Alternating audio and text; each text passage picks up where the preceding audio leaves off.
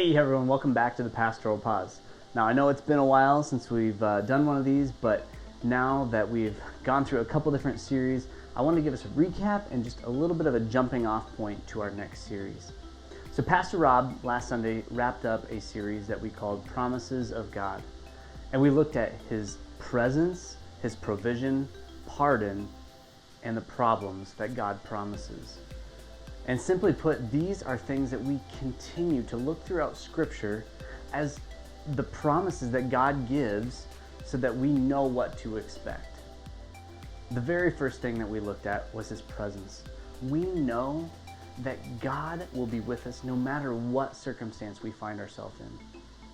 And the provision that God gives us is simply the fact that He will give us everything that we need, not always what we want. And then He gives us pardon. Part of that provision is that He is the one that gives us pardon of innocence. He restores our honor. He restores our freedom from sin. And the last thing that Pastor Rob talked about was that God does promise that we'll have problems. Jesus Himself even recounts this in the Apostle John's Gospel. I have said these things to you that in me you may have peace. In the world you will have tribulation or problems, but take heart, I have overcome the world.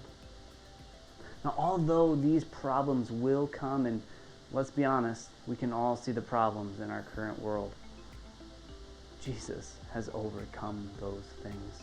The biggest problem of sin of all, He's overcome it.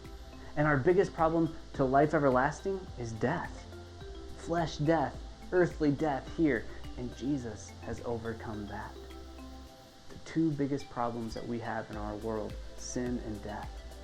And Jesus has overcome that. And this is why we reread the same passages of Scripture throughout a lifetime, is that we will remember the things that God has promised to us.